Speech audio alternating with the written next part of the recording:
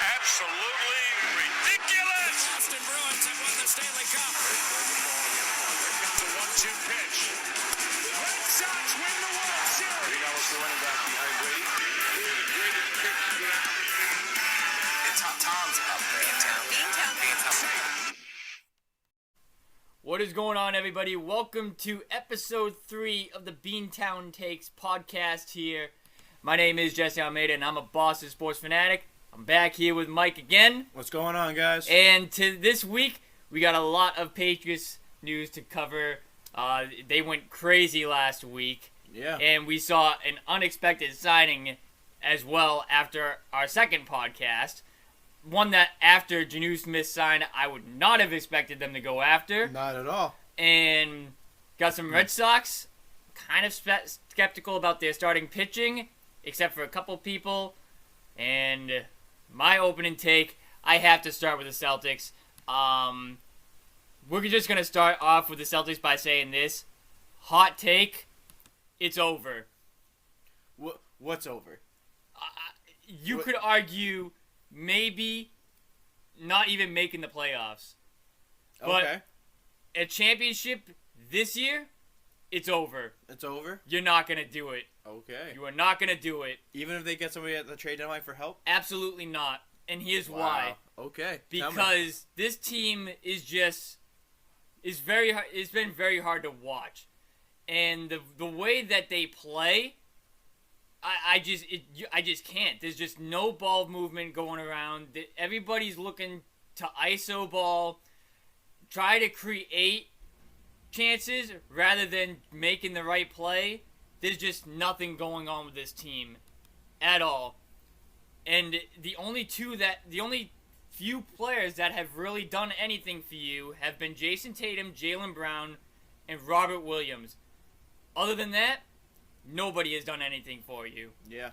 You know what? It is a nice surprise to see the Time Lord having a good season this year. Yeah, absolutely. Because it seemed for a while that, he was a project that just wasn't panning out, and he wasn't, working hard to his full potential, but you know what? He stepped up this year when not a whole lot of other people have. So that is a good sign for the Celtics. Maybe he's the next piece to this puzzle. But yeah, I think they're 2 or 3 pieces away, unfortunately. They are a long way away from even sniffing the NBA Finals. Yeah. Just the way, if you watch these games in and out, they had a decent win against the Magic, but again, you should be able to beat a team like that any day of the week.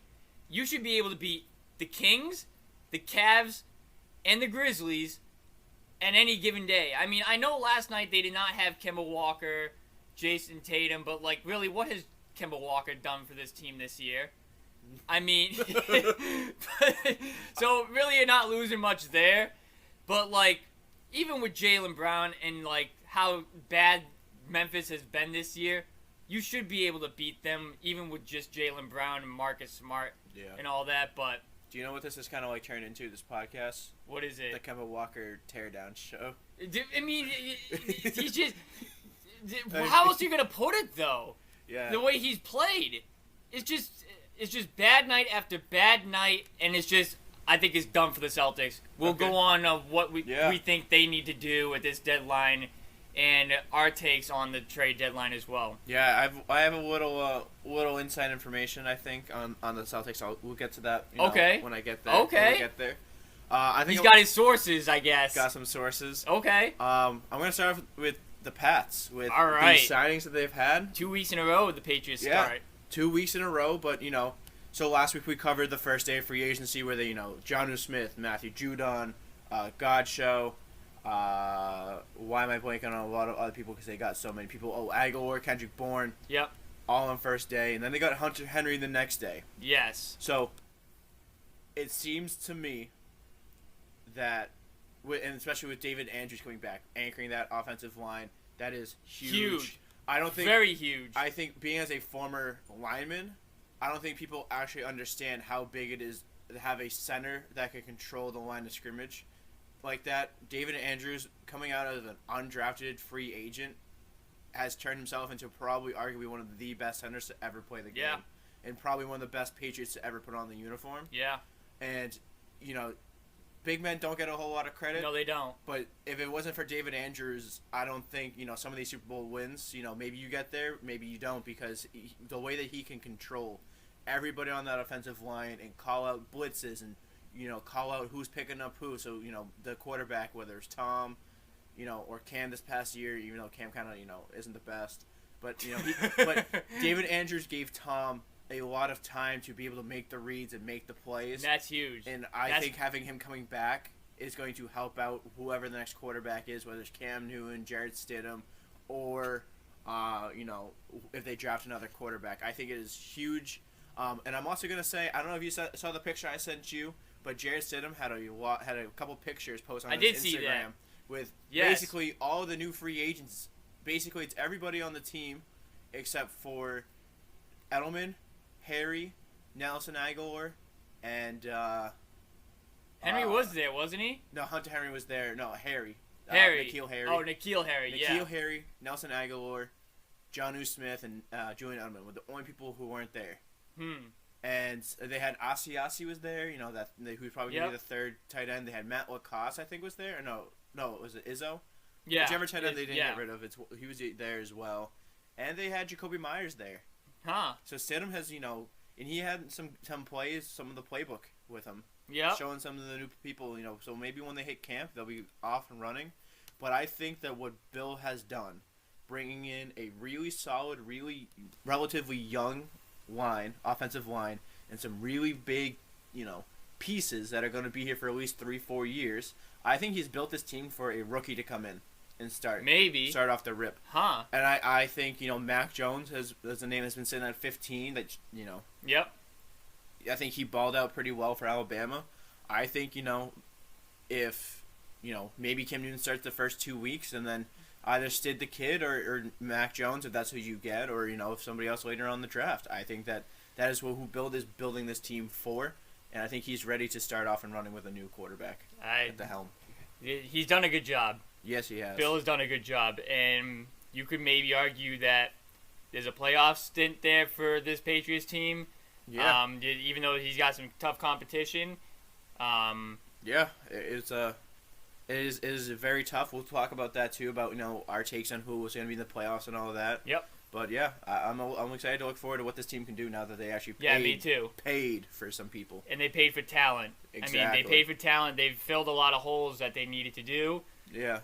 And I think Bill's on the hot seat. I think Bill, the Peter King interview that he did. Yep. We'll talk about that, but I think Bill is on the hot seat. Brady winning the Super Bowl definitely fired him up. Definitely fired him up. And you know what? They needed to. We haven't seen Bill have this nuclear of an offseason since 2007. Was that the year he went out and got Randy Moss. Randy Moss and Wes Welker and so I think it was very good to get this build to come back. Got a lot of stuff to cover. Yeah, big week. We'll be back with the news from the last week. Yes. And just like that, we might have some pitching issues right away again with this Red Sox team. I mean, I'm pretty sure that was pretty evident off the start when they didn't do anything to address it in the offseason, really, except for overpaying Garrett Richards. $10 million, and then who knows who else is going to be in that rotation. Like I said, I know so many people that we went to high school with that I think could be better than $10 million Garrett Richards, and they would probably play for $1 million. Unbelievable. I mean, it's ugly. Yeah, it's very ugly, the pitching, and I don't know. It's really hard to put out who's going to be 1, 2, 3, 4, or 5. Well, I think one's pretty easy for right now. One's pretty easy. Eduardo Rodriguez, I've liked how he's been. I think he's going to come back to his normal form after last year. Yeah. I did see that he had like a 2.05 ERA in the spring. That's not bad. Let's pull up the I caught you slacking again with the stats. Hey, I'll pull up those stats, but hey, 205 right now, I would take that. I would take that from a starting pitcher for this Red Sox, because it seems that their bats are hot right now. The bats are amazing. So And let's see. Eddie Rodriguez right now has an ERA of 2.63. okay, I was close. That's still really good. That is very good for top of your head. And then after that, let's see. We have Perez 409. Yep. Pavetta 623. Garrett Richards 675. And then everybody's favorite World Series hero, Nathan Eovaldi, God. pitching with a 10.61 ERA. Oh my God. Yeah, it is not pretty. And a walks and hits per inning, 204. So, oh my. He's giving up. Yeah, that is disgusting. That is stuff that you do not want to see from somebody who is going to be in your starting five, even out of your bullpen. That is not a name. I want to know what Hauk was, or what's his name? Houch. Yeah, the next Chris Sale is going down to AAA. He's an 8.53. So I mean, that's he's not better good. than Eovaldi. That's not good either, but like it's better than Eovaldi. it's better than Eovaldi, but I just thought that maybe this guy Hohawk from his performance last year would get a chance again this year. But I guess not. I guess they feel like his spring performance has not been good enough to start the 2021 season. Maybe if he does pretty good down in Worcester. Worcester. Oh yeah, they moved from Pawtucket to Worcester. The Worcester Woo Sox, whatever the hell they're called. If he does good off the rip there, maybe they bring him up. But this pitching rotation, you asked me off the air who is going to be your starting five. I'm going to get into the questions I have for you because I have some questions pulled up for you. Yep. So, right now, give me your starting 8. My starting 8, like my starting your lineup outside of your pitchers, and obviously you have starting 9 with you because you have DH in the American League. But give me who your 8 defenders are. Okay, because I'm pretty sure your DH is pretty obvious. What's probably going to be JD Martinez. JD Martinez, yep. But other than that, give me your 8 defenders that you're having on the field. Okay, so catcher, Christian Vasquez. Okay, easy. Easy. First base. This is the first difficult one. I'm gonna have to go with. Is this for opening day or opening day? Opening day. Opening day coming out of camp. Bobby Dahlbeck. Bobby Dahlbeck. He's really. He had another opposite field home run the other day. He's looked very good this season. I liked how he plays. He's just been good this year, and it's gonna be hard for him to be out of the lineup. Interesting. Second base. Second base, yes. Second base. Michael Chavis. Chavis is gonna be in there. I was hoping Chavis would be your first base. That's who I thought he was. He's gonna be first or second. He's gonna be your first base or second baseman. Yeah. But the way him and Dahlbeck have been playing, I don't see how you can have them out of the lineup. What is Chavis hitting this season? Chavis is hitting. He's leading the team in home runs. Yeah. It was 6 home runs. 6 homers. He is batting .302. He's been really good. Yeah, he has 10 RBIs, 6 homers, 2 doubles, 13 hits. And Dahlbeck is leading the team with 13 RBIs. So there you go. There with my 2 picks for the start of the infield. Okay, and then third base I think is pretty obvious. Third base is pretty obvious. Devers, he's looked good too. Yep, and then we have X gonna give it to you at short. Yes, sir. Your man. Even though there has been something going on with his hand, he does say that he's ready for opening day. And I think he's a tough SOB. Anyways, I think he'll fight through it. Yeah, he's unreal. I mean, the guy is made of steel, for the most part. Yeah. And even when he is hurt, even in 2017, he came out that he had an injury. But he didn't want to stop playing because he wanted to help his team win. That is what you want in a leader. Absolutely. let's go to left field. Yeah, I mean, you don't have to give me left, center, right, because they obviously are going to depend on whoever they Okay, like so out my there. outfield. But yeah, give me your outfield. I think center field's pretty obvious. Center field's gonna be Verdugo. Yeah, you got Left Dougie. field's gonna be Hunter Renfroe. Hunter Renfroe, okay. In right field, who's my right fielder? Exactly, that's a problem. I was gonna say Jarren Duran, but I think he's going down. Yeah, they don't even have him listed right now. I have the Boston Red Sox depth chart pulled up right now, and They have Franchi, Cordero, yeah. but I saw this morning that Alex Cora said that he might not be ready. Yeah, so they when they traded for him, or got him back for that from that deal there, for Benintendi. Yes. They with COVID right now, he had to go through all the protocols when he got traded to come to camp, but he also ended up getting COVID as well. Yeah. So he was out for the first 2 weeks of camp. But so he hasn't had a whole lot of playing time, which I think is pretty easy. You can just have him play all. I'm trying to pull it up on my Twitter right now. That's why I'm not speaking. If I'm the Celtics, not Celtics. If I'm the Red Sox, I'm having him play every single game full. I'm not pulling him halfway through. I'm letting him get all his reps in. Yeah, get his reps. Right now he is. Let's see. I just had the stats and they just went away. He has 2 hits on 4 at-bats. He is batting .500 right now. Huh. Which obviously is not a big indicator there, but still. And I heard Franchi's gonna make the decision on whether he's ready or not.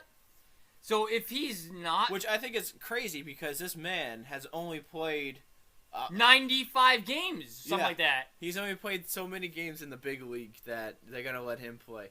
But so right now I have the depth chart pulled up, right? So this is who this is who you're looking at. They Okay. have Vasquez at catcher, Yep. Bobby Dahlbeck at first, Okay. Kike starting at second. They have Michael Chavis third string first base. I don't think so.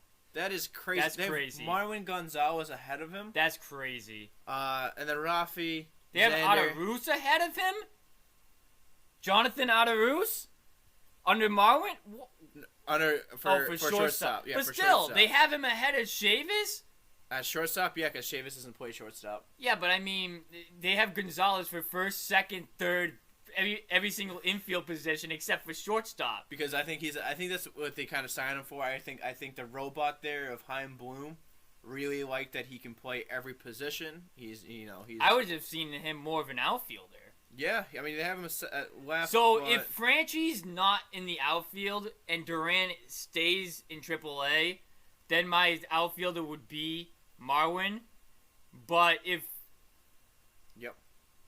they're gonna have Duran up, I've liked what I've seen from that kid too. So this is kind of confusing to me. So they have Kike Hernandez as second string center field. So I told you. I did not know he could play told the you, outfield. I thought yeah. he was too short to play the outfield. I thought he was a little bit, which I know height doesn't really matter out there, but when you need to jump up on the fence and make a play, I would want somebody who's like 6'2". Yeah, 6'3". right. I wouldn't want a 5'10". But, Yeah, right. But you're starting rotation. okay. So tell me your starting rotation after your ace. Oh Jesus. You can give me I want them in order precisely on how you would have them come out on opening day. 1, 2, 3, 4, 5. Okay, so Martin Perez is my 2. Okay. Richards is my 3. Okay. Evaldi 4. And Pavetta 5. All right. So with Eduardo Rodriguez being your ace, I think you hit 60%. Okay. So you didn't fail. Okay. Barely. Nathan Evaldi is your number 2. And Martin Perez is your number 4. I just did. That is how disgusting this rotation is. So here's how ESPN just did that. They kind of mixed up the lefty righty. That's why they have Perez at 4. But I'm not a big believer in that. I believe in. But the problem is that I think High Bloom believes in that. Believes in that. So. And he technically really has I mean, Core has a final Beep, say. beep. We can't have 2 lefties pitch in a row, and then we can't have 3 right-handers pitch in a row. Even though I think Core will get final say on his rotation, I think Heim Bloom has kind of, has his elbow, he's got him pinned and kind of like, hey man, this is what you're gonna be doing. This is the team I built for you, and this is how you're gonna run it. Performance does not matter. We must run it this way, and how. And It's how, so yeah, stupid. it's so dumb. I'm more of a believer in performance, Yep. so that's why I did it that way. Okay. So So now I have two last questions for you. okay, What moves would you do to bolster this team? definitely bullpen. Bullpen? You're gonna go with a bullpen? Definitely. Okay. Let me Well, bullpen actually. or starting rotation? Yeah, probably starting rotation if I had to say. Okay. And are there any names that are coming out to you that you're like, this is something that we can probably get really cheap for, a couple bad prospects? Right now, it's hard to tell Hard to because we don't know how teams are gonna look and what the situation is gonna be. But maybe by June, you can have more of an idea of what teams are gonna sell at the deadline, what teams are gonna be buying, and then you can go look at the rumors from there and see who's gonna be on the market. Okay. I kind of like how you went into the trade deadline, because this is what my last question is going to be. Okay. You're Heim Bloom. Yep.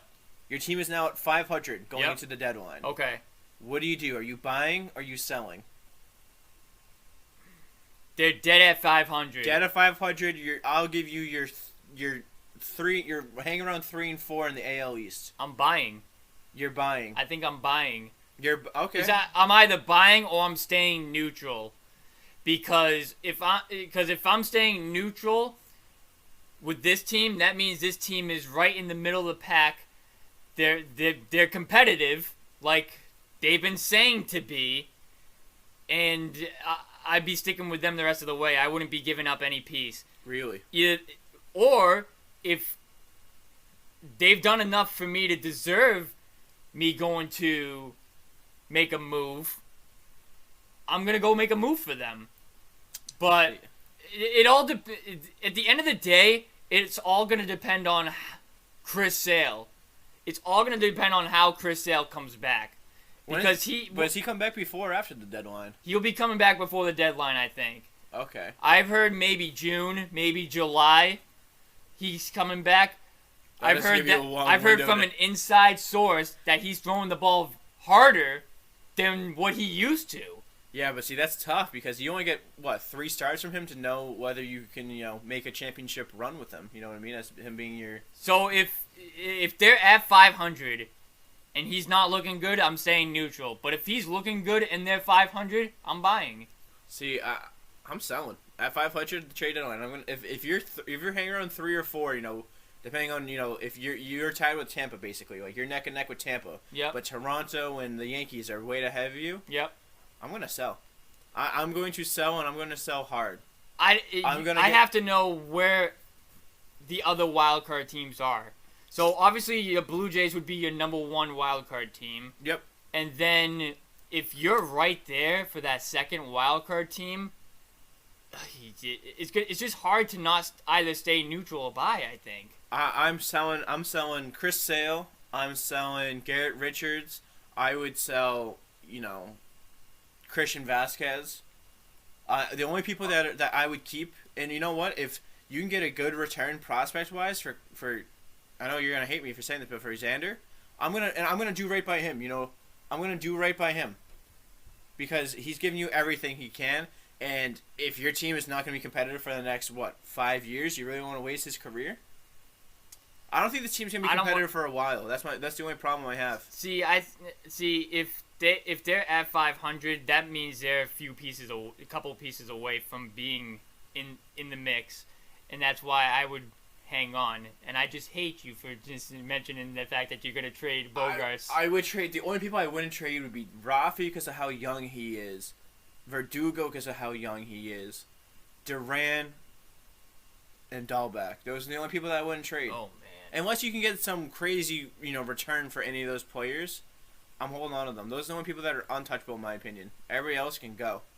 Only for the fact of like I said, Xander Bogaerts has given you everything he can, Yeah, right? he has. And if you're not going to be competitive for the next 3 or 4 years, don't waste his. You'll probably be competitive before then. I don't think so because you don't think so. Toronto's got a power. Hot take. That's a hot take. Yeah, you can clip that. But I am clipping that. But I'm saying that Toronto is going to be competitive for a while. They're all young or signed to long-term contracts. The Yankees are the Yankees, and even if they don't get competitive, they will buy competitiveness. And depending on how the rest of the AL looks, the White Sox have been building something there. I'll give the Red Sox 2 years before trading Bogaerts. I'll give them 2 more years before saying, do him right. Yeah, I mean, it's just tough. It's just tough. Yeah, it's tough because they don't want to pay. They don't have any money to pay. There's a lot of. And your question about the trade deadline, and my answer saying if they deserve help, right, they should do it. That goes in my next topic about the Celtics. Oh, I can't bums. wait to get into the bums. Oh my God. I never thought that I would hit the end point with this Celtics team and how talented this Celtics team are, but this might be it. This might be it. I'm not talking. I know they're right there neck and neck with the playoffs, but championship-wise, you're done. And you can clip that all you want. And that's not even a hot take. That's not even. You don't think it's a hot take? No, I think that take is becoming more and more real as the day goes by. I talked to one of my buddies who works with a different organization, and he was talking about how Danny, please do something for the sake of this team, whatever. I'm like, what is there really to do with this team? I'm gonna pull up this message right now. I shout out to Moneyball. I said, you can argue that this team does not deserve any help, like any talent, like Vucevic or anybody like that with the way they've been playing. Because some of the games that you lost to last week, I just can't believe you lost some games. Like, to Utah, I can get. Yeah, they're the number 1 team in the league, right? Yeah, they are number 1, so I can understand you losing to that team. Yeah, I mean they're a tough team to play right now. I think they have really good young players there, and their coach is Quinn Snyder. Yep. I think he's a very good coach. I think he's really got his system down. Yep. So Utah, yeah, that's expected. It was a tough game. Maybe you could have pulled it out, but. You know what? I'll chalk that one up as it was a good game. They fought hard. They showed some grit. Did. Yep. And then the downfall. This Sacramento Kings game. You can ask my dad. I was screaming at the TV because of how terrible they played. With this team, little to zero ball movement. What are the stats looking like for this game here? There was definitely not a lot going on with the assist numbers or whatever. It was, again, a lot of... This is a team that I feel like you should beat. You should beat them. You should beat them every night. Yeah. I'm just pointing him to the direction of... All right, so box score for the Celtics. We had 22 assists. Which is the same number that they had. Yep, okay. Kemba Walker, your point guard, only 7 assists. It's a lot of ISO ball. 6 for 18, 3 for 8 from 3 from Kemba Walker, 16 points. Tatum did not show up this game, shooting 6 for 16. Can I just say something? Yep. Why is Daniel Tice shooting 5 3-pointers? And didn't make one! He went 0 for 5 from deep. Why? Okay, if you take away those 5 shots, Daniel Tice is 6 for 7. I will take 6 for 7 from Daniel Tice. I will take 14 points from Daniel Tice with 8 boards, a block, and a steal. I will take that from Daniel Tice. If he can give me that every night, Daniel Tice is doing a damn good job. Realistically, everybody played bad in this game. Yeah, I mean, it And was you know what? not pretty. I give Tatum and Brown a pass though, because they've kind of been carrying these guys the whole entire season. So it's like I see 6 for 16 from Tatum, and I see 8 for 20 from Brown, and I'm like, I mean, they're not going to be good every night. I think the only problem that they're having is the back-to-backs with being. I think COVID took a toll on Tatum. I think so too. I think that he's still feeling the aftermath of it. But he's still playing good. He is, but I think playing these back-to-back games is draining him. You know what I mean? If they had a 1 day off in between, I think that they would be fine. And then I think that he'd be able to, play lights following out up the every night. back-to-back, they go to Cleveland next. Correct. And I don't. Do you even want to look at this box score? Because I don't. I mean, look at this box score. we have to. I guess we have to. But wait, they played Cleveland They before played that Cleveland first. Yes. Kings game. I thought it was flip-flopped. Okay, so to make the matters worse. Okay, so for assists, you only had 19 assists against Cleveland. Jesus. Cleveland had 23 assists. I feel like they should be way more than 19 assists and 20 assists from a team. I mean, it was disgusting. They also shot 69% from the free throw line. They left a lot of points on the line. And the biggest one was Jaylen Brown. 4 points he left on the line. Yep. You know what I mean? Like, if Jaylen Brown hits 3 of those, right? Not a good shooting night from Brown or Tatum either. No, so, Grant Williams 3 for 4. Robert Williams 1 for 2. Okay, they're centers. Preem Pitcher 1 for 2. If all your guards hit all their free throws, yeah, you would have won this game. You would have won this game. Yep. They left way too many.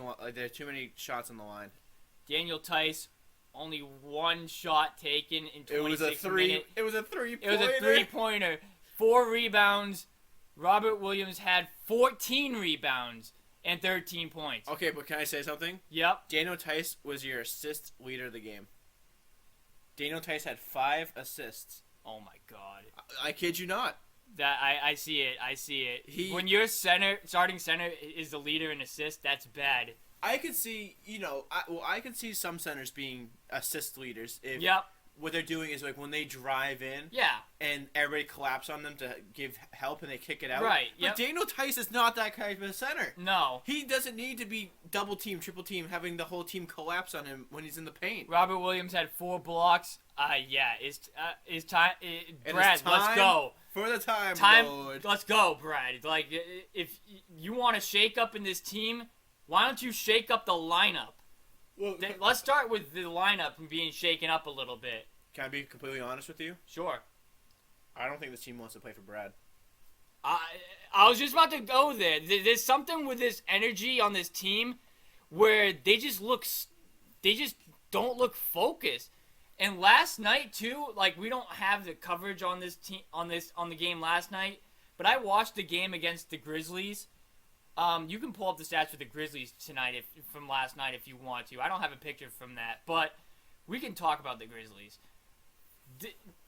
The way that there was a play where they were in transition defense and they were just jogging up the court. There's just no energy in this team at all. At all. Yeah. And if you're the coach, you should be bringing that energy to this team. There's just nothing there for this team. And again, Memphis last night, they're a 500 team. They had 38 assists, right? That's ridiculous. Hey, the Celtics had 31. Okay, so the Celtics were getting better, and I think that had to do part with Jason Tatum not being in the lineup. Maybe. I think Tatum, because Tatum is a very ISO ball. I'm gonna bring it up. I'm gonna, Yeah. back you down, and I'm gonna take a fadeaway jumper. I think that's Tatum's game, and that's why my hot take. I think you trade Tatum. Wow. Hot take. I'm not saying Tatum is a bad player. Don't get me wrong, folks. I think Tatum is a sensational player. I think he's an all-star, maybe an all-NBA in a couple of years, maybe this year.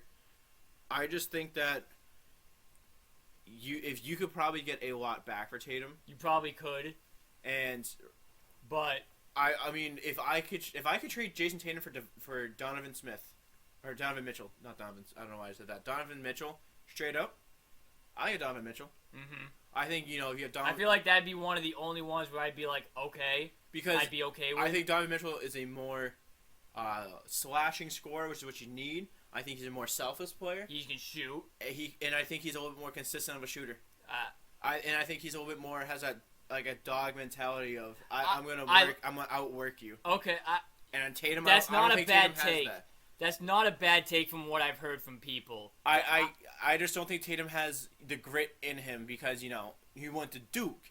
He was a full ride to Duke. He was a star player at one of the top colleges. It's what I mean. I think that Tatum has I don't say I think he's worked hard to get where he has, but I don't think that he's really had to struggle. Okay. He would have been the number 1 overall pick if Danny Ainge didn't slide back. Right. Donovan Mitchell should have been the number 1 overall pick. Probably, yeah. And he slowed down to 13. Yep. I think that's been a chip on Donovan Mitchell's shoulder. Yep. And that guy, he's a bad man. Yep. Down in Utah. That is a bad man. So that would be one of the only people I would consider trading Tatum for. Absolutely. That's not a terrible take. He's versatile. He can run your 1 and 2. So my other solution, we were gonna get into this. Yep. The trade deadline coming up. Yeah. What are you doing? Okay, so Let me know what you're doing. I want to know. I want to hear it. I'm getting rid of Kemba Walker. Done deal. I'm getting rid of Kemba Walker. I think you need to piece this team around a dude who is not ball dominant. So let me explain. Yep. The point guard runs the offense for the most part. And Kemba Walker is more of like a slashing, driving, ball handling point guard. With IT, when Isaiah Thomas was here, he was a scorer, don't get me wrong, but he also knew how to score the ball. And what I mean by that is if the shot is there, you shoot it. If the pass is there, you pass it. They need somebody who can pass the ball to make the right move rather than try to create. There's a difference between the two. Do you know who I think would be a perfect fit from what you're saying? Russell Westbrook. I would go with Russell Westbrook, but I was also going to say Rajon Rondo. Rajon Rondo would be a good option there. I think the reuniting there, I think would be awesome. I think he's a very gritty guy, and I think he has the presence in the locker room that can unlock some of these guys' untapped potential. Yep. I think that he and Marcus Smart, I think I don't say get along, but I think they would go at it at practice and bring out, they could bring out some of that, gritness in Tatum and Brown. Right. I think Brown has it. I think Brown's a little more silent about it. Yep. But I think, like when the game's on the line, right? I think that's when you need to have people with a dog mentality come out. Yep. Like Paul Pierce. Yes. Throwing it back to a Celtics legend. Yep. When the game was on the line, Paul Pierce said, "Give me the damn ball, and I'm gonna go 1-on-1, and I'm going to score the ball." Yep. I think Tatum doesn't have that. I think when he tries to back somebody down, when he turns the back to the basket and he tries to go for one of those fadeaways, I think if he starts getting with some resistance from a bigger body, I don't think he has the the mentality in him to I'm gonna face you up and I'm gonna break your ankles to get by you. So I think he has that closer mentality, but here's the thing: I just don't think the pieces around him right now. I think he has the clutch mentality. I think he could hit that last second shot when you need him to, but like I said, I don't think he if he starts meeting some resistance, I don't know if he's gonna be when Bam blocked him for that game-winning dunk. I liked him going after it though. I did like that, but I think that has put something on his mentality. Yeah, that's something mental that's been bugging him. Yeah. So I don't think he has the fortitude to get by that. Do you have any questions for me on what they should do at the deadline? Okay. So, would you? Obviously, we talked about moving on from Kemba Walker. Yes. Would you rather get a 1-year rental and free up your salary cap to go get a free agent in the offseason, or would you rather trade for somebody long term who's another who can be here for a couple years? Russell Westbrook, Vucevic are all long term people who have that long term John Collins is on the Celtics been linked to, but he's only on a 1-year deal, but he would be a restricted free agent. Yep. He hasn't re-signed yet. Yep. So, that's a 1-year rental that you can move on from if you just want to clear up your books. So, I want to know. I think they need to unload this team other than Brown, Tatum, and I'll even go as far as Marcus Smart. Even though Marcus Smart has been in the rumors. Really? I would trade Marcus Smart. I know you would, but... All right. Going back to last offseason, Yep. it was the Warriors wanted Marcus Smart and the 14th overall pick, which ended up being Aaron Naismith, for the second overall pick. Yep. Would you have done that deal now, knowing, you could either get James Wiseman or LaMelo Ball? I would have probably drafted LaMelo Ball. But I'm saying, would you have? Probably you would have yes. pulled the trigger on that because LaMelo Ball does have a dog mentality. So and he's 6'8" point guard, yeah, so he can play the 1, 2, 3. I feel like the only way you trade Marcus Smart is if you get a player like Marcus Smart in return. Like if you're getting somebody that has that mentality of Marcus Smart, that's the only way you trade Marcus Smart. But I would trade Marcus Smart for a Pat Beverly, somebody who That's what I'm saying. But I think Pat Beverly knows he's not the guy. Right. Marcus Smart in his head for some reason thinks that he's the guy. Yep. And he has to shoot. Marcus Smart feels he has to shoot all the time. He sucks on offense. He is lights out on defense, but he sucks on offense. So exactly what you said. Disgusting. Exactly what you said. That's the only way I'm trading Marcus Smart. And then anybody other than Brown and Tatum, they can go. Get him out of here. I would go as far as saying Robert Williams might be untouchable. Robert Williams might be untouchable. Yes. Okay. I think that those 3 players. But if you can get somebody very, very, very good for Robert Williams, you have to explore that. Yeah, I would explore it, but right now he's been your best center. He's been your best player. All right. Arguably your best player. Do you have any more questions? No, I think that's really about it, because I think my next question would have been, what do you think that they're actually going to do at the deadline? But I think we all know the answer of that. Nothing. Danny Ainge is going to do nothing. If he does do something, it'll probably be something like... Tristan Thompson's going to go. I think maybe it'll be like Jeff Teague for your backup point guard. Yeah. Jeff Teague for a Brad Wanamaker 2.0. Yep, and I don't think they've been linked to Aaron Gordon. Actually... You know what? Let's have a little fun. We're going to go a little bit beyond because we have no Bruins talk really this week. Let's do some trades right now. Some trades? Yeah, let's create some trades. So this is one that we did talk about offline just before the podcast. You could trade Kemba Walker for either front court players for the Wizards, whether it's Bradley Beal or Russell Westbrook straight up. The money works, so all you have to do is just add in some picks. Yep. That's all you have to do, and you could get either one for just Kemba Walker. Yep. That's something I would do. I would trade for either Bradley Beal or Russell Westbrook. I think Russell Westbrook has that same mentality of, I'm not going to let you, I don't think you're going to blow a lead with Russell Westbrook. Right. No, I think you're Russell not. Westbrook is too good and too much of a fighter to do that. Yep. So I would take Russell Westbrook. I think he's a triple-double almost every night. So, you're at least going to get at least close to 10 assists. Yep. Which is an upgrade from Kemba Walker, who gets you, 3. Yep. Okay. Aaron Gordon, we talked about you could trade for him. Vucevic. Yep. What other big names do you want to explore? John Collins? John Collins, yep. All right, so what do we have to do to get John Collins?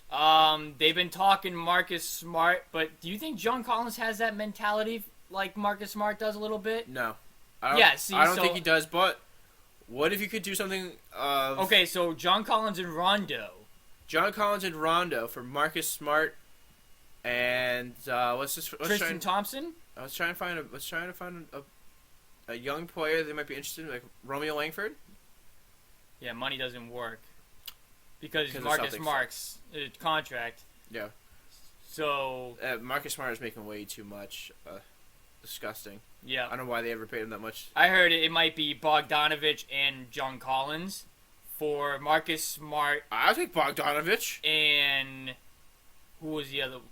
Maybe Tom. I forget who it was. All right, we'll try it out. Okay, so it was not Tristan Thompson because that trade just failed. Because the Celtics would be giving more money. So let's say Marcus Smart and let's have a little fun here. Let's go Romeo Langford. No, the problem is you got to cut money. Marcus Smart's contract's too big. Oh, that's Unfortunately, right, yeah. I don't know how, but Marcus Smart's contract is. Bogdanovich is making $18 million. Yeah, you have to cut $6.5 million from this trade. Oh, Jesus. Yeah, there's So no that's- money. Yeah, it's going to be tough to get John Collins and Bogdanovich. It's going to be a real tough one. So I'm gonna say, you got to start over. Yeah, you got to So, start over here. You got to start with the Celtics again. I mean, I sent you a good trade, because you're on that team right now. I'm gonna pull it up on my phone. It was Harrison Barnes and Marvin Bagley. I got it right here for Tristan Thompson, Carson Edwards, Romeo Lanford, a 2023 lottery protected pick, and a 2021 first round pick. trade failed. You got to get $13 million from incoming into the Celtics. This thing lied to me. Ha! I shouldn't have said that, but we're on Hey! YouTube. Doesn't matter. Demonetized. Stop the demonetized money symbol on that. Yeah. Yeah, so you got to cut $13 million. I'll make sure I put it on Not for Kids. Not safe for work. Yeah. Yeah, so the money doesn't work there. Unfortunately. Harrison Barnes. I can mute it out, actually. So, we're good. Yeah, put some nice Sound effect on that. some funny sound effect on. This is what happens when you have fun and you just get angry that something didn't work out. Hey, you could get Marvin Bagley and De'Aaron Fox. Like they would do that. For Tristan Thompson, Romeo Langford, and Carson Edwards. Like they would do that. Yeah, but Romeo Langford, he's a future MVP from a possible candidate to work at our. Moral of the trade machine: Russell Westbrook, Bradley Beal, Vucevic, Aaron Gordon. Unless you're willing to give up more players to get De'Aaron Fox and Marvin Bagley, which the odds of that happening. Well, I'm saying even just trying to get Harrison Barnes, not De'Aaron Fox. You have to give up. It's gonna be tough. It's gonna be real tough. I don't think you can get Marvin Bagley too. Damn. Huh. Okay. Well. So the hot take for me. Oh yeah. We asked you guys as well. We put a poll up on Instagram, on our Instagram feed and my personal. I have a feeling this was going to be your next question. How do you feel on this team? Like, through 0 through 10, how do you feel? How confident are you in the Celtics team? I'm at a solid 2. I'm at a 0. It's either 2, Blow it up. 1, or 0. Blow it up. And blow it up. Blow everything. I want it all gone. And the answers to our poll, on my personal, I was kind of shocked with the answers. 7 of you said you guys are 6 through 10 confident in this team. I hope that's a 6 and not the 10 side of that. I was about to say, I hope you guys mean the 6 and not like 8, 9, or 10. But 10 of you said 0 through 5. That's better. That's much better. A lot better. That was on my personal. And if we go to the Beantown Takes Instagram, we put the same question up there. And the poll for that was, let's see, Archive. And we asked, how confident are you in the Celtics team? 62% of you said 0 through 5, and 38% of you said 6 through 10. So 5 people answered 6 through 10, and 8 people answered 0 through 5. So the 0 through 5, that seems to be the winner. That seems to be the trend, and like, I hope you guys really don't have faith in this team. I mean, winning a championship, I really don't, because especially the way they've been playing this year.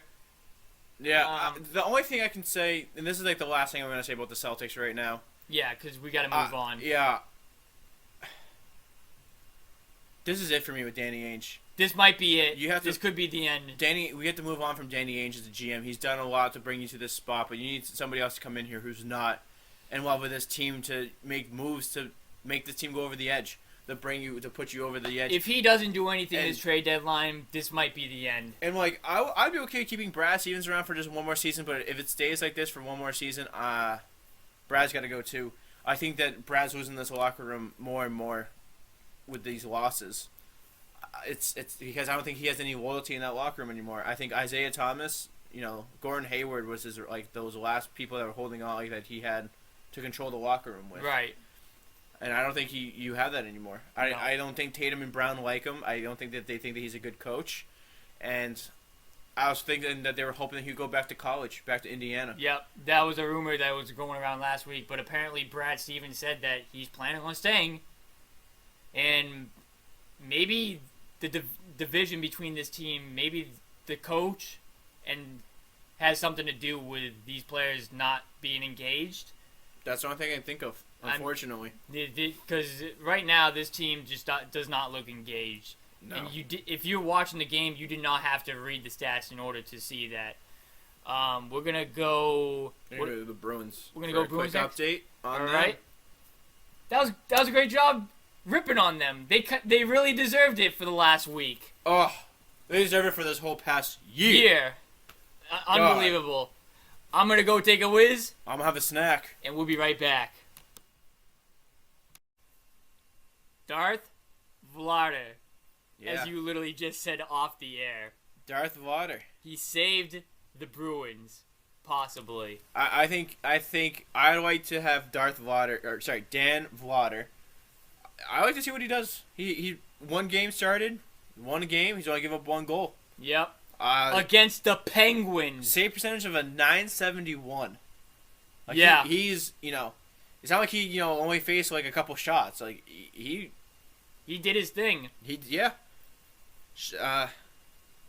He's he saved 35. Yep. So that's very good. Oh, sorry, he saved 34 out of 35. That's a lot. That's a lot of and he faced in his first goal. It was against In the his Penguins. first game, yeah. Yeah. What a first game to be facing. You're facing the Penguins in a big game too. In a game that you really needed to win in order to shut people up like us who were saying, "Oh, maybe this could be the end for the Bruins." Especially you last week, who you were saying like they're kind of losing their mentality too. But I think that win against the Penguins saved you. Yeah. So this is what I'm gonna be saying if I were Bruins. If I was Neely, Sweeney, whoever runs that front office, and if I'm Bruce Cassidy, I want to see Swayman up too. I want to see Swayman and Vlader up. I want to see the two of them. Give me a 4-game stretch where 2-2. They each get 2 starts. You can do 1-1, and they rotate off of each one, or they play 2 in a row. I want to see what happens. They're young kids, right? Vlader is a big body. Yep. 6'5". Did you see that save that he made with the stick save? He's huge. How did he get that? He's huge. He's young. He's athletic. Give me I want to see more of Dan Vlader. Darth Vlader. I hope he gets a mask that's kind of like Darth Vader. yeah, I think that'd be awesome. Yeah. And I think it's a waste of an opportunity if they don't tell him. Because, maybe he hasn't seen Star Wars. He's from Czechoslovakia. I don't know what they have with, their pop cultures over there. Yeah. But if he hasn't seen it, I hope somebody shows him that movie. He's the tallest goalie on that team. He's one of the tallest players on that team. Gee, damn. Yeah, except for Tino Rodi, who's the guy that they picked up from Nashville. Yeah, right. Besides him, he's the tallest player on their team. Damn. But look right now, you have Halak and Ratzer both off your books next year. I think this would be a good time to see what you got. Yeah. Because I don't want them coming back. I know you don't want to come back. If Dan Vlader and Swayman can be viable goalie options for you, I liked what I did. I loved what I saw from Darth Vladar. And I'm gonna call him Darth because he was unstoppable the other night. Yeah, I want to see what Vladar can do. I think that there's finally promise in this organization to have a good goalie. Yep. And I think give him some of this year to really take form and everything. I don't even know what the update is with Tuca yet. All I'm saying is I think Vladar could be the next Bennington for the Blues. Yeah. I think, you know what, finish the year off with him here. I saw a in lot big of league Tim camp. Thomas in this kid. Yeah, but I'm saying next year, I think you can make a real contention Yep. with him as your full-time goalie. Yep. I think that he could really be it. And like I said, if you can bring Swayman up, maybe you could have a second guy who you can platoon them, or even if Swayman's just a viable option like a Hudobin. Yep. But last week we did the podcast when they were playing the Penguins and they lost. Huge win.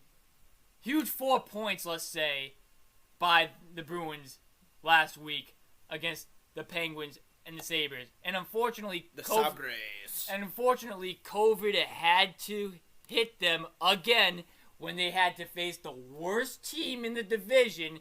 Like, for some reason, this Bruins team cannot face teams that are, like, guaranteed wins for them.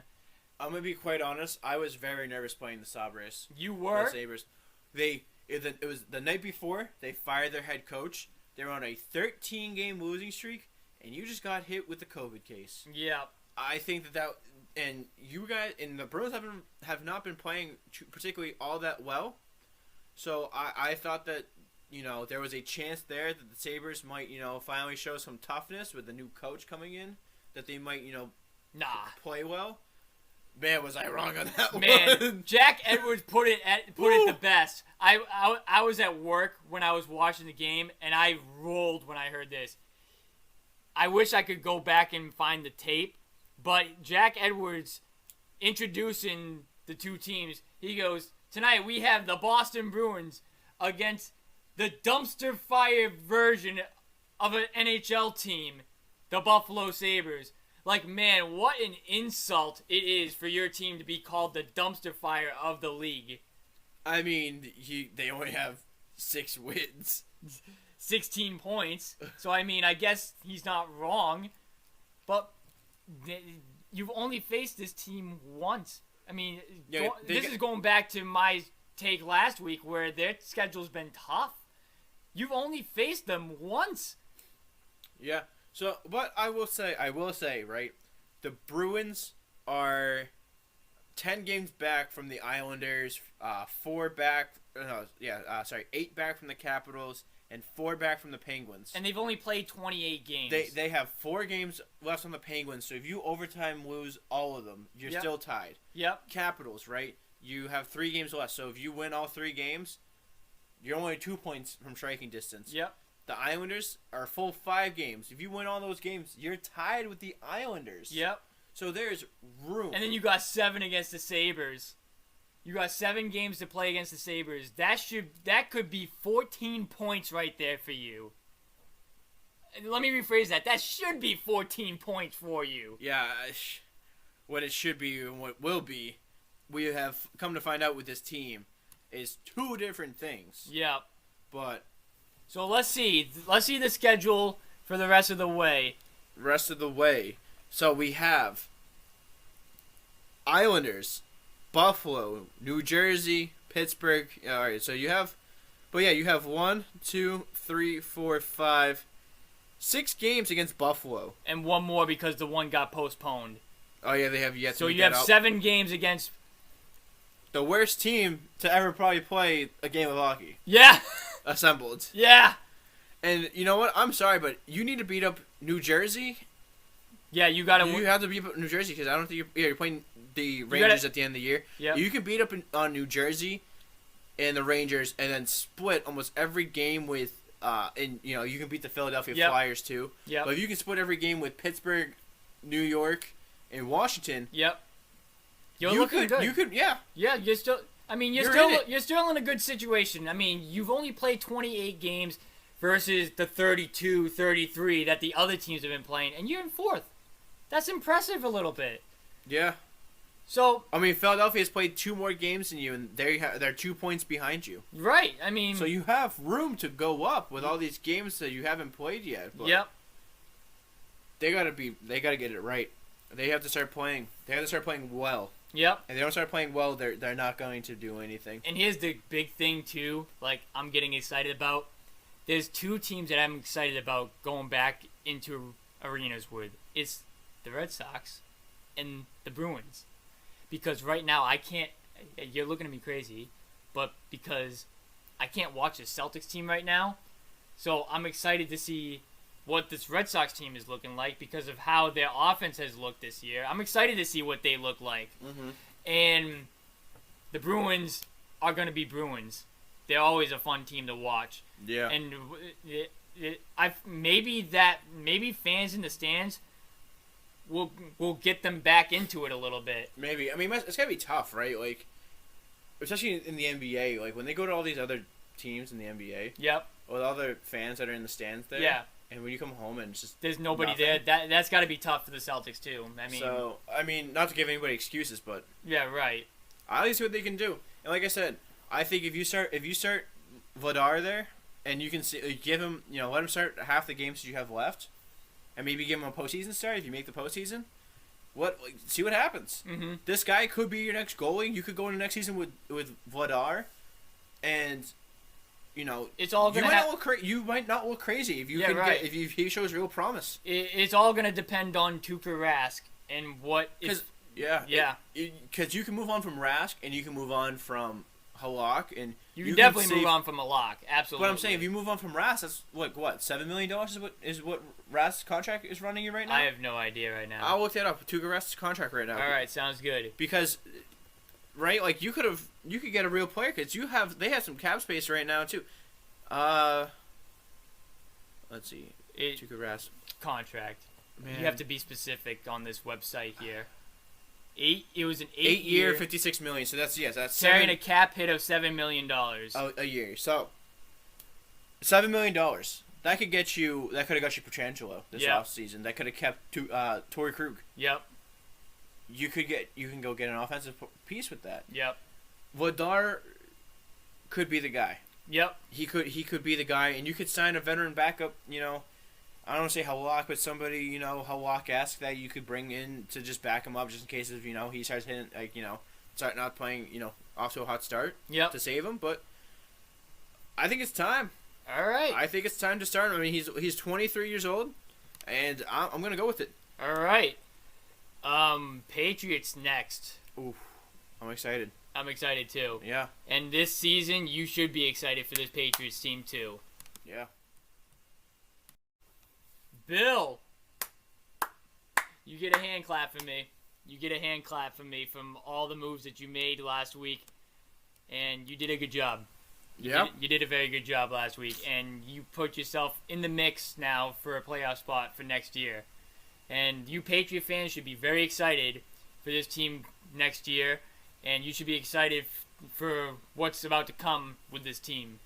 I know the quarterback is probably not who you guys wanted it to be, and maybe there could be somebody coming in the future for a quarterback, but you should be excited for this team. And this is probably the first time that you should be excited in the last couple of years. I'm excited, but you're still skeptical. I don't think they're still making the playoffs.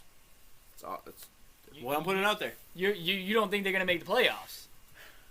No. Wow. And if they do, they're only going to make it this year. This year coming up, and that's it. Okay. So there is some precedence for this. Okay. The last team that really spent like this and made the playoffs. Yep. The 2017 Jacksonville Jaguars. That took you to 6 minutes away from beating you in the AFC Championship game, or 8 minutes with Blake Bortles. Yep. And then look what happened to them right afterwards. Okay, so they sold everybody. So you're just saying that based off of history? There's been a lot of history. Okay. Some more teams that you're in company with. The Browns, my favorite team. Yep. Who for this past year looks right. Yep. But you remember they had play from Myles Garrett, former number 1 overall pick.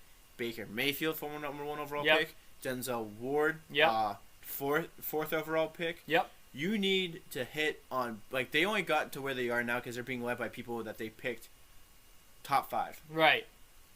You don't have anybody really. You don't have, because you decided not to tank. You don't really have that. Yeah, right, exactly. That's why I was saying last year, if they tanked and got Trevor.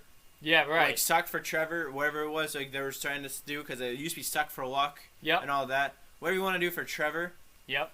I would have done that. Yeah, right. Because you would have gotten, then people would go, oh, well, Bill needs a sensational quarterback. It's like, no. Because if Bill can win with Trevor Lawrence, and he could have made Trevor Lawrence probably a better Tom Brady. Because I think Trevor Lawrence has it. I think Trevor Lawrence, if he goes into the right system with the right team, he can win more Super Bowls than Tom Brady. Right. That kid is just... That kid's good. Win, Trevor, win. That kid just does not...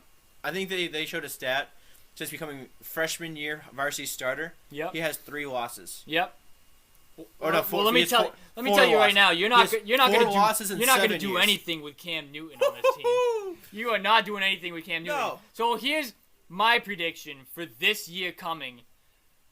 I see them in the playoffs, right? Yeah. Winning the wild card game, No. but being eliminated in the divisional round.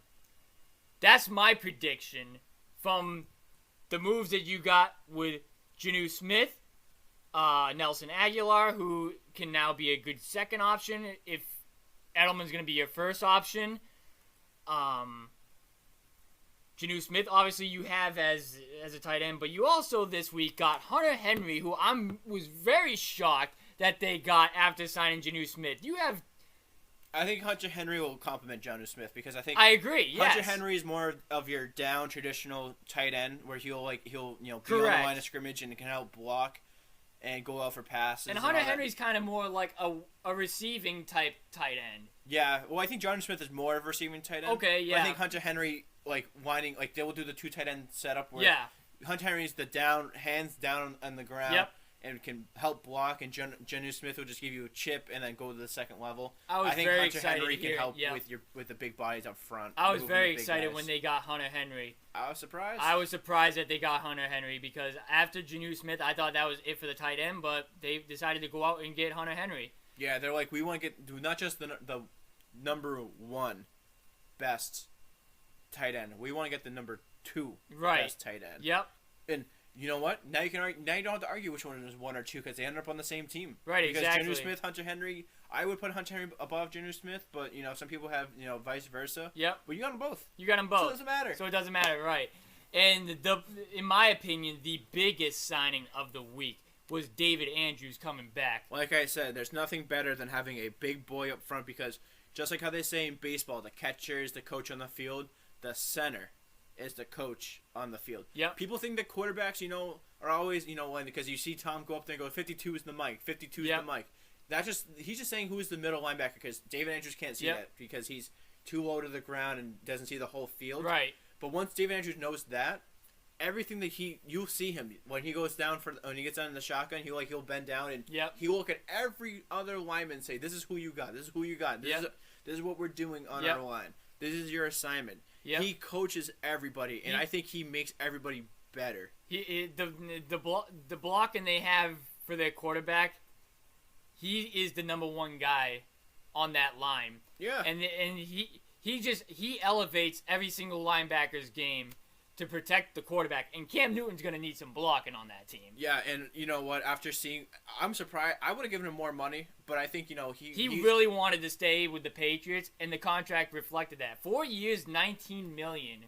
Yeah, I think they gave Karras 1 year, $4 million, something like that. And his base and Andrew's base salary is only 4.5, 4.6, something stupid like that. Yeah. He had a very scary issue in 2019 with the blood clots. Yep. And in 2020 with COVID, was a respiratory lung problem, and his blood clots were in his lungs. Yep. I expected him to be on the exempt list. Yeah, right. And I would not have, I would never hold that against him because he has a serious medical condition. Right. But he said, "Screw it, I'm playing." And if I get COVID, and he had a good year. Yeah. I mean, I think Tom Brady said that he was the best center that he's ever played with, and that is a compliment. That is, yeah. Yep. I gotta give it to David Andrews. Finally, big boys are getting some love and some attention. I'm glad he's back, and I think that this is that's huge good. For the Patriots. That is very huge for the Patriots. Yes. Wherever they go for QB, I mean, it's got to start with the linebackers being able to protect them, giving them time. The linemen giving them time, and being able to throw or decide whether to get out of the pocket. If Cam Newton is going to be your guy, you're going to be using. I think, a lot of that, when I always say the lineman, building an offensive line is more important than who you have a quarterback, because I think that you saw that this year with the Browns. Yeah. Because they went from being 6-10 to 11-5 or 10-6, and winning against the Steelers, and controversial call that could have won them the game if it was the other way around against the Chiefs, but they started with the linemen. Yep. They addressed their needs on the offensive line and gave Baker some time, and Baker played out of his mind this year. So I think that's what you have to do. You have to build an offensive line, and that's the biggest thing for your offense is an offensive line. So I think that they're a playoff team. I think you're winning the wild card round, but you're not winning the divisional round. So having saying that, fans, let's take a step back for a quick second, because I've been seeing everybody saying, especially one of my friends saying, we are Super Bowl bound. We are going to, at very least, the AFC Championship. Guys, relax a little bit. Let's remember, You're not making the playoffs. You're not making the play. I don't know how many times I say this. You're not making the goddamn playoffs. You're making the playoffs. You're not making the playoffs. You are making the playoffs. You are the number 6 team. You're possibly. You're not. You're 5 or 6. You're not going to break 500 with Cam Newton at quarterback. You're not breaking 500. How many times I have to tell you that Cam Newton is not a above 500 quarterback? He's been in the league since 2011 and has had 3 seasons above 500. So you're telling me is that he's gonna suck? Helen Keller is a better quarterback than Cam Newton, is what I'm saying. And what you're telling me is that they're gonna suck. That he's gonna suck and blow. Yeah. Yeah. No, even with all the talent that he's got around him. I don't think it's gonna matter. Because it's not like he was making the throws and the people he was throwing to couldn't catch the ball. He couldn't make the throws. He couldn't make it whether it was a 20-yard out, 20-yard crosser, or if it was, a 5-yard swing route to the running back out of the backfield. I saw somebody last week. He can't make any throws. I saw somebody last week say that Cam Newton was going to win Comeback Player of the Year, and that the Patriots were going to be at least in the AFC Championship, and most likely Super Bowl bound. That's what I saw from somebody last week. And I couldn't help it but to be like, all right, relax. I even messaged him saying, this dude who I messaged, right? He tried to sell me last year that the Patriots were a playoff team. Just a playoff team last year. And Cam Newton was the only guy himself. And he goes, the dude was by himself. He had COVID. He had no practice time. He had his arm surgery the year before. And he said, trust me, he's going to do it. And I told him, dude, last year you tried to sell me that they were a playoff team, and I was telling you that they weren't because he was the only guy on that team.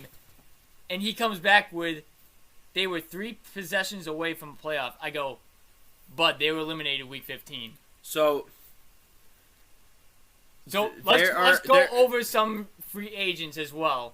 You know what? I would go for Alex Smith.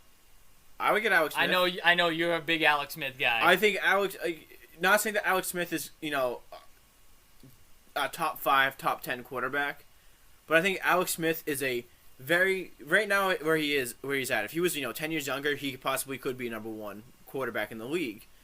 But, he's 37, but I think you get average play from Alex Smith. You're not going to get the deep ball. You're not going to get the 40-yard bombs that you're going to get with some of the young guys with the big arms.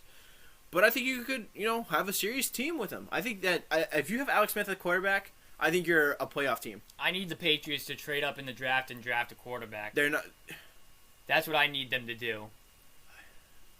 I would like for them to do that, but it seems like right now, with some of the mock drafts that we've been seeing and some of the rumors about people moving up to get a quarterback, you got to get top 3, top 4 to get, because Trevor Lawrence is number 1. Yep. And Zach Wilson, I don't know why he'd be going number 2. I'm not that high on Zach Wilson. I'm not that high on Zach Wilson either. But I like Justin Fields. I think Zach Wilson is, number 2. If I'm the Pats, I'm going Trey Lance. I think Trey Lance is I don't say prototype, but I think he has the same build as Cam Newton. Okay. Fast, big arm, and likes to tuck and run. Okay. So I think it's the same type of system where he could be you can have the same system for Cam Newton, and then with the whole like RPO, like the read option and all that stuff, and then you can move that and bring in Trey Lance when he's ready to take over the reins, and you can keep the same offense. Yep. And just get rid of Cam Newton. Okay. I think that's what you can do. And he hasn't played a whole lot in college, but he's only 20 years old. He just turned 20. Yeah. He's just barely eligible for this draft. I'd go do it. I mean, what's the worst that can happen? I think Justin Fields is a very true passer. I think Justin Fields is a very accurate passer. That's why I like the kid. I mean, you just have all these weapons now. It's just hard for me to not have a passer mentality type quarterback. Yeah, it's just like it seems like right now they need to have not wheels, but they need to have movement. That seems the only thing that everybody wants to see movement, because being able to get out of the pocket and scramble if you need it to. Yep. That seems like what you have to do to win, and to make sure that because if you have a quarterback like Tom Brady right now, right, when he goes back, all you really have to do is just have one person play QB spy, and that's all you have to do, and you can drop 6 into coverage, one guy playing QB spy and 4 rushing. If you have someone who's like Lamar Jackson, you have to have somebody on either side of the field. So if he breaks left or right, you have somebody there that protects him. So you can you limit how many people you either are going to pressure with, or how many people you're going to drop back in coverage. Okay. So that's why you need to have somebody who has some speed on them, so that way they can make the way the teams have to defend you. They have to put more people in the box to Yep. So I don't know. I think that Bill has built this team to win and also be very rookie friendly. Yep. And I think this might be Bill's last year. If Bill doesn't make the playoffs, I think Robert Kraft is not happy. Yeah. I don't. I agree. Did you hear that Peter King story? No, I didn't. So Robert Kraft sat down with Peter King, and he told Peter King that in his 27 years of being a team owner, he's never had to raise so much capital before. Oh, that is true. Yeah. Well, because he never had to spend, right? But the thing is like you don't have to put that all up front. Like the 200 something million guaranteed, you don't pay that right off the start, because that's spread out over. So, right. But that's the game nowadays. Nowadays you have to pay. But no, I'm not saying that. I'm saying, but you don't have to pay that all right now, because some of those are contracts that are next year after all that stuff. Yeah. But all I'm saying is I don't think he's happy with paying, and I think that he's done with Bill. I think that if Bill doesn't win now, you might not. I agree with that. Yeah.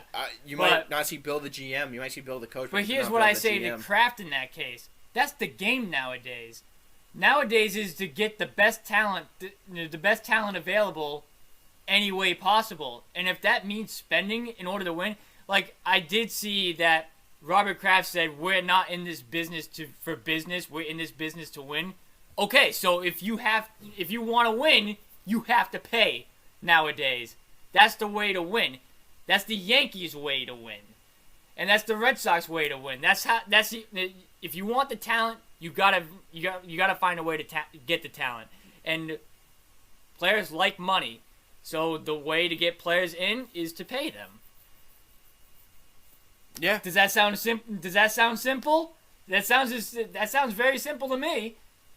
Yeah. You didn't pay Tom Brady. So that's my next point that I want to bring up really quick. I think letting Tom Brady go was the best thing the Pats could have done for their organization. And this is what I'm saying. Well, if you could have re-signed him for the same thing that Drew Brees got with the Saints, the 2 for $50. Yep. That would have probably been ideal. You would have kept him happy. You would have kept him a Patriot for life. Yep. But once he had that in him that he wanted to leave, yep, letting him go was the best thing you could have done. Because if you kept him here and you tried, franchise tag till he either retires or he signs and keeps playing for you, you'd get in the same situation with Houston right now with Deshaun Watson.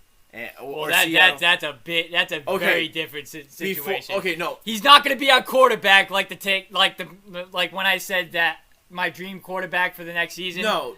Okay, that ain't happening. You're not taking what I'm saying. You're jumping into the allegations against him. I'm not saying that. I'm saying you're holding a player hostage. Right. When he wants to leave. Okay. do right by the player, right? I get You're all not that too, going yeah. to win.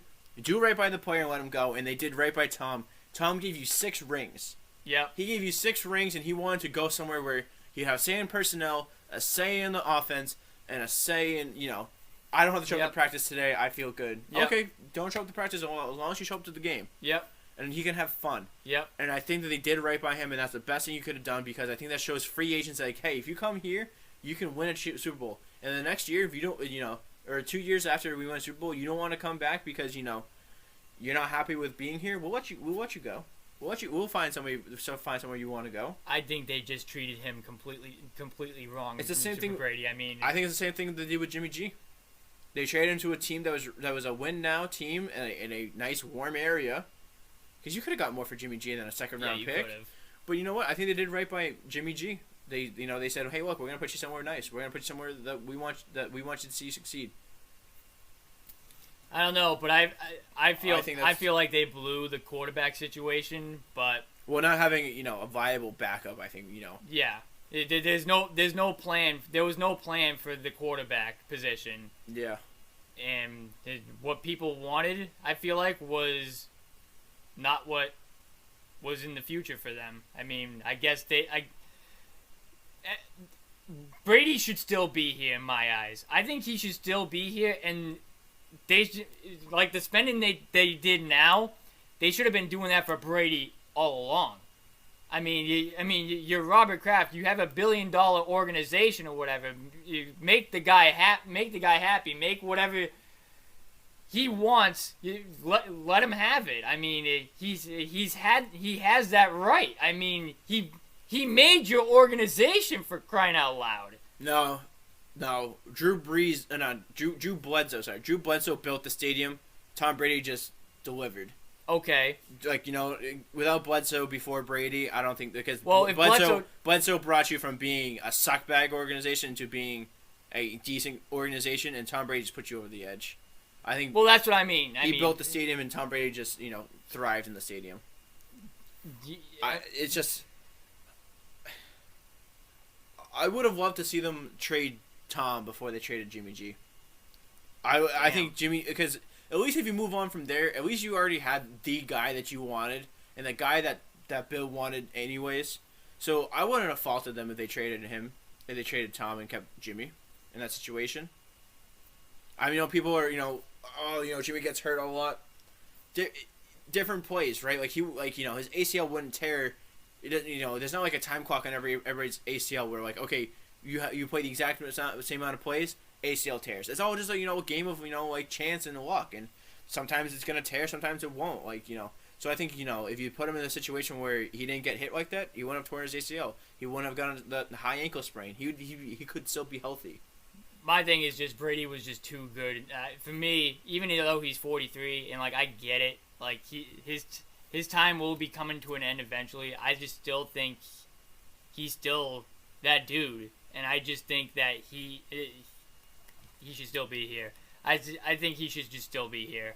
That's just my take on that. I think he should have just retired after the Rams Super Bowl, in my personal opinion. But he keeps he ain't going nowhere. I'm not saying that it's because he's bad. I think it would have just helped out the Pats. Yeah, it would have helped out it definitely would have helped out the Pats, but that didn't happen. So he could have retired, stayed here, kept TB12 going, and probably been a coach. Yep. Or front office. Yep. But they didn't go that route.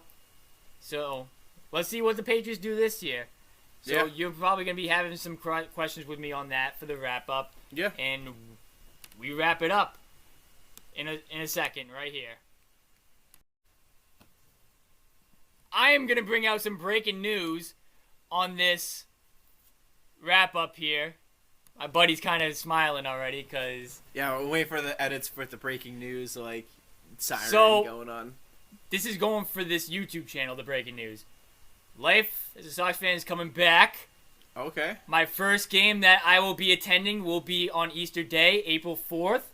I already have the tickets. They're already on my phone. With Garrett Richards being the probable starter. Oh, God. Was that who I predicted? I did predict Garrett Richards Oh Jesus. So We're we're gonna start off with a loss on the year, boys, on that one. But maybe not, because they're facing Baltimore. So we might win that game. What are you laughing at? It's Baltimore. If you don't beat Baltimore, my God, you shouldn't be in the league. I mean, Trey Mancini is good, but like other than that, who are they gonna have in that lineup? Hey, I want everybody in that stadium, whenever Trey Mancini gets up to plate, no matter if it's the first at bat versus the 100th at bat for the season, I want Trey Mancini getting a standing ovation. I will be clapping every for. time. I will be clapping for Trey Mancini. That man coming back from colon cancer, and beating it and it being remission and being able to play at a professional level again. Yep. He deserves every respect from everybody. And Red Sox single game tickets for the month of April are going on sale Thursday. I got that email, so you and I are gonna have to talk on air for what games you and I want to attend to. Absolutely, we've got to get one in the books. Make sure we can get that done. Maybe more than a one in the books. Hey, we got to start off with one. You gotta start with one. Oh hell! To start. Oh hell no! Well, oh, okay, hell yes. no. We'll We haven't gone to a game. We haven't gone to a game in over a year, so we are going all out. So I've had a couple of games in mind that I want to attend. Barry Yankees won. They do not face the Yankees in April. Only Actually, no, I should take that back. They never play the Yankees in April. April, they are facing Tampa. I may not be able to do that for work. I do want to hit one of those White Sox games, preferably Patriots Day, the 11-10 game. Hell yeah. That's They always a face tradition. Toronto might not work for me, but that's okay because they might lose. And then one of the Seattle Mariners games, that is something I would want to hit. Yeah. But that's it. I mean, so maybe three. You guys might get 3 games this month. Yeah. Hell yeah. That's kind of seeable. Frick yeah. I already have the other word. Frick yeah. So that's coming back. I'm excited for that. Hell yeah. You were in a couple episodes in 2018. Yeah, we're gonna make sure I'm in a little bit more. Kind of embarrassed him for one of the Yankees games. Actually, yeah, I did actually because Rick Porcello threw a one-hitter. And you were you remember that. Yeah, because that was like probably the fastest game we've ever been to. No, the second fastest. Yes. Where that game, I think it was like 2 hours long. Yeah, it was. That was like the most ridiculous game ever. He only threw 85 pitches. Yeah, and because of course the only hit they had was a homer. And like, so what it was like that one pitch he made. One pitch he screwed up on. Yeah, no, imagine if he didn't get that, he would have had a perfect game. Yeah, I know that sucks. That sucks. That sucks and blows. Yeah, like Ricky P does now. He sucks and blows. Where is he, by the way? He's the Mets, maybe. Oh no, because it was a 1-year deal. Oh, he's a free agent. Hey, that could be some. Yeah, let's go get him. Okay. Okay. So, but anyways, going to the Red Sox on a wrap up. We didn't talk about this because this is kind of like a Red Sox, kind of like a Boston sports news, anyways, that you guys might have heard. Well, Braun signing. My boy! Became a minority owner. Became a minority owner in Fenway Sports Group. Probably the best thing that happened to them this year. The reason why has nothing to do with Boston sports. Really? He wants nothing to do with Boston sports. He probably just gets some money from it. He only signed in because he's a big Liverpool Football Club fan. Yep. In the English Premier League. Yep. And John Henry owns Liverpool Football. Okay.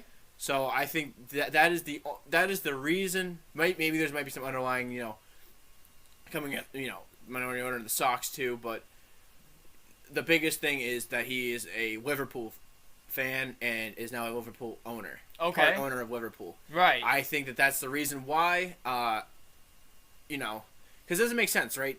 Boston, the Red Sox does not make sense for him. No. I could see the Cleveland Indians. Yep. Hometown kid. Yep. I could see maybe Miami teaming up with Derek Jeter. Yep. Because, big sports guy. He's a Yankee guy. And I could see him going to L.A. too because, that's where he lives all year round. Yep. Boston, he doesn't have a house here. He doesn't have a family here. Right. Never played here. Right. He hates it here. Yeah.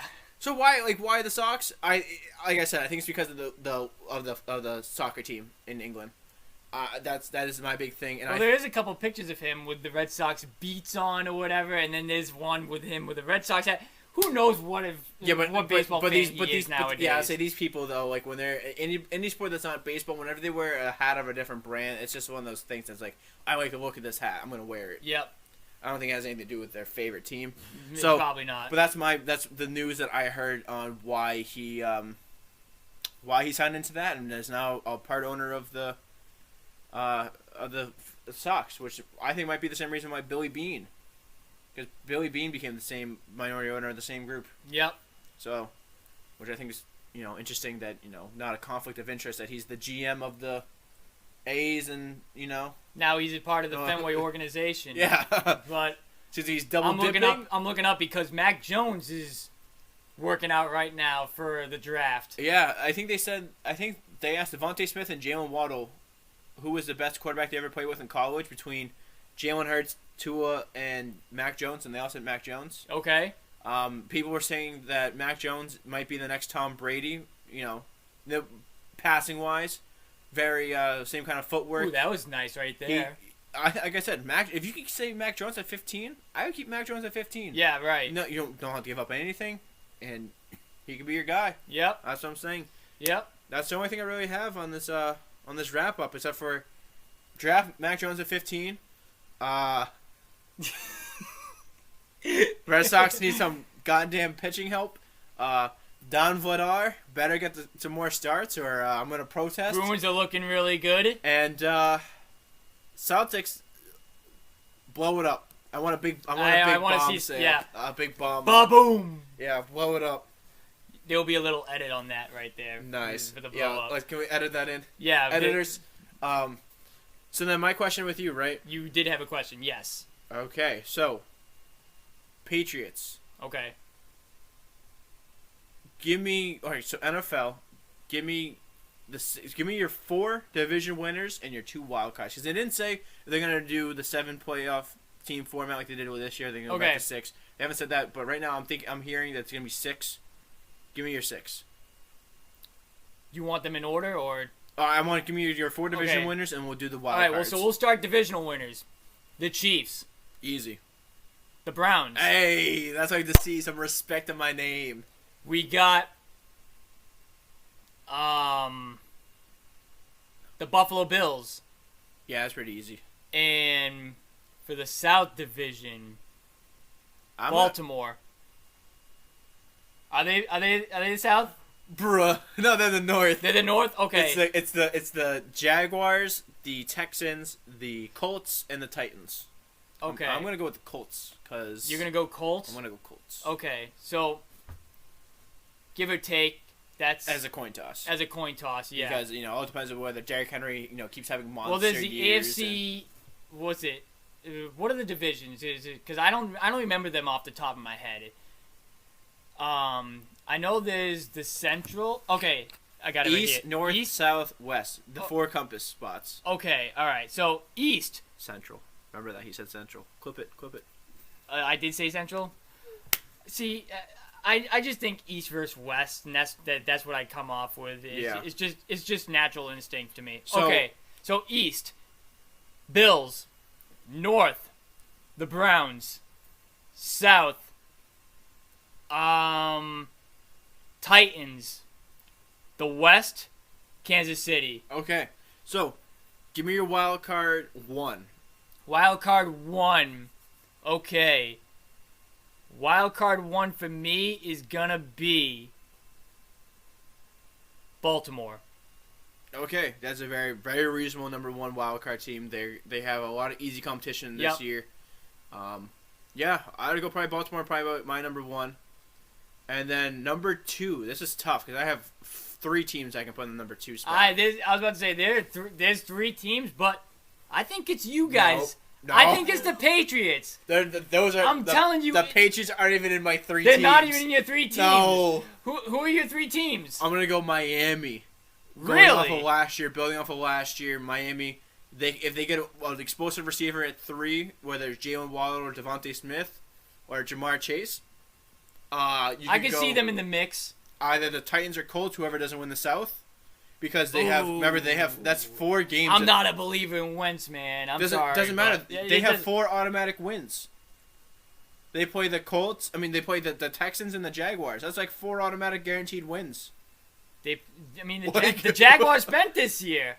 Yeah, but I mean, you never know how Trevor Lawrence is going to come out, and if Trevor Lawrence gets hurt.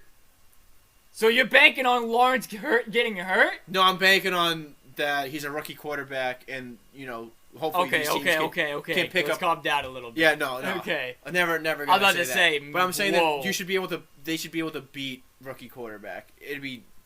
I think they might weird. split Jacksonville. They could split Jacksonville, but the Texans, you should be able to beat the Texans. You should be able to beat the Texans, yeah. And then in the West, I'm gonna go from the Chargers. You're gonna go with Chargers? I think that because they addressed the help up front to protect Herbert.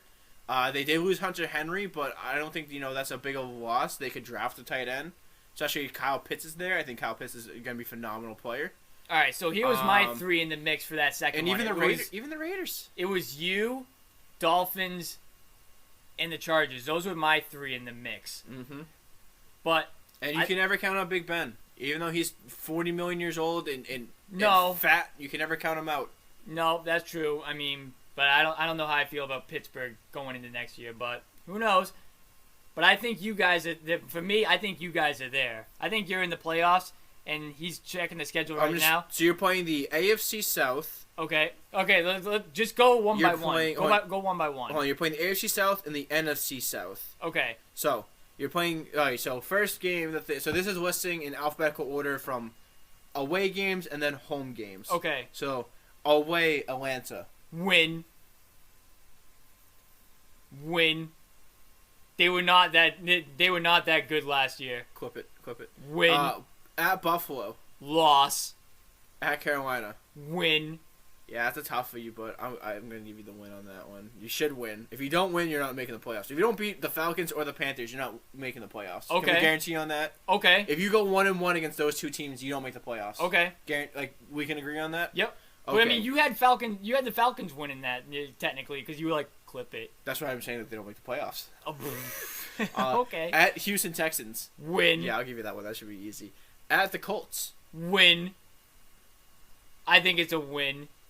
Nah. So right now I have them. So right now I have them 1, 2, 3, 4-1. 4-1. Chargers. Well, that's a Charger win. I'll give them a loss. Right now I'm at so you're at 4-2. I'm at 2-4. Okay. At Miami, that's a loss for Chief. I got a win. At Miami? Yep, they normally play decent in Miami if they They have always a good suck team. in Miami. They always lose to Miami. They blew them out 2 years ago, 51-0. No, that was okay, 3 years ago was the one that you lost in the Miami Miracle, and then they blew the doors off you last year in Miami. Yeah, I mean, okay. That's so when you only beat them that back because you had Tom. Okay. You had Tom Brady. okay, I got them 4-3. Fine, I'll give them a loss there. Fine. 2-5. Okay, then you're back at your home games. Bills. That's a loss for me. That's probably a loss for me too. I think that So Josh now Allen is I'm at 4-4. incredible. I think he and Stephon Diggs is a good matchup. Oh wait, hold on. They don't have at New York. Yeah, They do at it the down at the bottom. Okay. Okay. So I was just gonna say because they have the Dolphins. Win, at home, win. Okay, yeah. Because It that's depends normally- on when you're playing them. Yep. If you're playing them early on in the season like you did last year, week 1, Maybe a loss. maybe but, a loss. Depending because you never know. But So I have them at 5-4 right now. yeah, okay, we'll give him the win on that one. So I'm at 3-5. Yep. Okay. No, 3-6. 3-6. Jets. Win. That's yeah. So I have. Alright, so I got 4-6. I got 6-4. Jacksonville. Win. 7. So I'm at 7-4. Yeah, Bill's pretty good on rookie quarterbacks. So yeah. Tennessee. I'm gonna go with a loss. I don't think you can stop. I don't think your linebackers are gonna be able to stop. So what was I at? 7-4. Yeah, I was at 7-4. That's probably a win. That might be a win. I'm gonna go with a loss there. Okay. I can respect that one being a loss. I just think that Derrick Henry is a bad man. That is one bad man. Yeah. And I don't think I think he'll have a field day on you because can't. Last year was evident. You can't stop the win, and I don't think just Dante Hightower coming back and Kyle Van Noy coming back is gonna help you stop that. I think Derrick Henry will run over both of them. All right, so I have 8-4. All right, I'm at what? I'm at right around 500. Yep. New Orleans. Loss. Wow. Okay. What do you think? I mean, oh yeah, they lost Emmanuel Sanders, didn't they? Yeah, but Emmanuel Sanders isn't anything to them. Okay. They lost. The only big loss that they had was Jared Cook. Oh yeah, they did lose Jared Cook. That's right. So, But you never know with Kamara and what they're gonna do with Winston. oh, they Winston they haven't signed Kamara yet either, have they? Yeah, they have. Oh, they have. Okay. So okay. he's still on his rookie deal. So maybe. So maybe. Oh yeah, no more Drew Brees either. but yeah, you have. They have Hill and Winston, so you don't know what they're going to be running against you. Yeah. So I think they could get gimmicky. And Sean Payton's a really good coach. Yeah. You're probably going to lose that game. Okay, so I have him Tampa 8-5. Bay. Loss. Yeah, you're losing that one. Chief. Yeah. And then I don't care what I'm going to this game. Cleveland at Foxborough, I'm going to that game. Okay. Even if they played in Cleveland, I probably would have gone out for that game. Okay. But yeah, so Cleveland, I think Cleveland's going to beat you pretty badly. Yep. So, and then the Jets, you're winning that one. So I'm going to go through my. I have 9-7. 9-7. All right. I have 9-7, maybe 10-6. Yeah. So then, all right, which is reasonable. So I'm gonna go through mine. So let's see, because I lost count of mine. So I'm gonna go through my wins. 1, 2. You had him at like 7-9. 4. You had him. I Like, have 5. I have them at 5 and 11. That's I don't think that's happening. I'm at 5 and 11. I'm holding by that. Clip that. Yeah, 5 and 11. I have them. I have them 9 Right, 7 if it's maybe, 16 weeks. Maybe 6 and 10. Maybe you split with Miami. I have them. I'll give you that. I'll give you the split on Miami, but okay. So I have them 9. I have them 9-7 if it's 9-7, 10 or 10-6 if it's a 16 week season. It's gonna be 17, but they haven't announced who you're playing in the 17, so we can't. Okay, so we can't give you that one just yet, guys. Yep. But once we find out who the 17th is, we'll give you our For me, final. 10-6, I think that's gonna get you in there. That might get you in there. But yeah, I mean, I feel like you. I feel like you could. There's a couple of questionable games in there. Are you gonna find what week it's gonna be? No, I'm just gonna find out. Cleveland. I just want to know who the AFC North is playing, because they are playing the AFC West. Okay. And that seems to be like. So that's the only reason I'm saying that, right? I think Baltimore and Pittsburgh can beat, and even the Cincinnati Bengals can beat the Broncos and the Raiders. Mm-hmm. And they might be able to split with the Chargers. Yeah. So that's why I'm saying that. They play the Chiefs. They only play the Chiefs once. Oh, yeah, that's right. They don't play them twice. They only play them once. Yeah. But I think that the Pittsburgh Steelers and the Baltimore Ravens can beat the Raiders. They can beat the Broncos, and they both possibly could beat the Chargers. And then they play the NFC North, which is the Bears. Yep. The Lions, and the Vikings.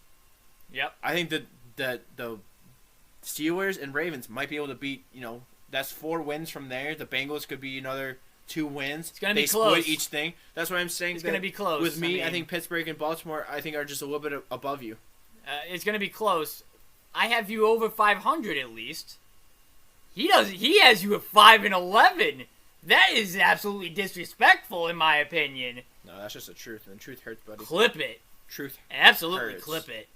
Yeah, if I'm wrong, I want a shirt that says, like a speech bubble that says 5-11, and then me with a big clown face. Okay, with the all big right. clown hair and All the right. nose and the makeup. I'm gonna hold you to that. You know what? I'll be the first one to wear it. You know what? If they go under 500, do it for me. Same thing for me. Know what we'll do? We'll go into Boston. Yep. I'll wear a whole clown outfit, and I'll hold a sign that says 5-11, and we'll take my picture somewhere, and we'll take that picture, and we'll slap it on there. Maybe we'll go to Foxborough. We'll go in front of Gillette Stadium, and I'll hold the 5-11. Do I want to do that extreme? I will go that extreme, all right? Okay. Folks? I will go that extreme just for you guys, because I think that we can have some fun with this. Okay. This is a brand, and you know what, guys? Make sure you tell everybody to give us a listen. Follow us. Tell everybody to, give us some shout-outs, because we can want to build this up. We're going to come with some funny ideas. But we also want to make when we do shirts and stuff like that, we want to make them, good quality, but at cheap cost, because we want to make sure you guys, spread the word about us. For me, if they go under 500, you can put Cam Newton's face on there, right? In a clown edit or whatever, right? And put 9-7 or 10-6. I'll stick with 10-6. 10-6. But if they go under 500, Bold. if they go under Bold. 500, I'll walk around the city in that shirt. Okay. All right. That's bold. All right, folks. All right. I think that's about it. That's about it. Yeah. All right. Celtics, you suck. Yeah. Thank Fix you guys. your shit. Thank you guys for watching this podcast.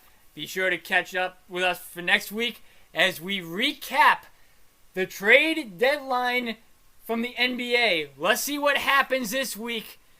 And Nothing. I think I'm gonna agree with what he says. And let's see if we're gonna be ripping on Danny Ainge next week. And Red Sox opening day is next week. Yeah.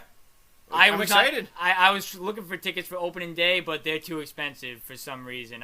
Probably because it's the first sporting event. And the Red Sox are not going to be releasing single game tickets for opening day for who knows why. But hey, it is what it is. So it's been Jesse. It's been Mike. And we're gone. See you later, guys.